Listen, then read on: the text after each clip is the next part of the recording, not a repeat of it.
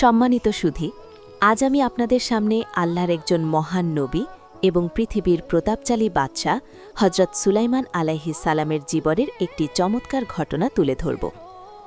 আল্লাহ তাআলা সুলাইমান আলাইহিস সালামকে এমন এক অনন্য ক্ষমতা দিয়েছিলেন যে তিনি পশু পাখি এবং পোকামাকড়ের ভাষাও বুঝতে পারতেন।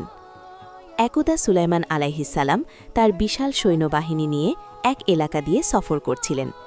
তার সেই বাহিনীতে শুধু মানুষ ছিল না, বরং জিন এবং হাজার হাজার পাখিও সারিবদ্ধভাবে অন্তর্ভুক্ত ছিল। সেই বিশাল বাহিনীর গাম্ভীর্য ছিল অতুলনীয়।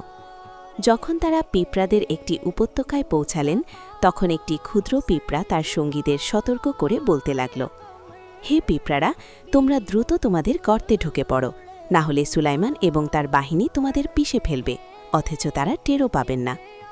সুলাইমান আলাইহিস সালাম অনেক দূর থেকে এই ক্ষুদ্র পিঁপড়াটির কথা পরিষ্কার শুনতে পেলেন।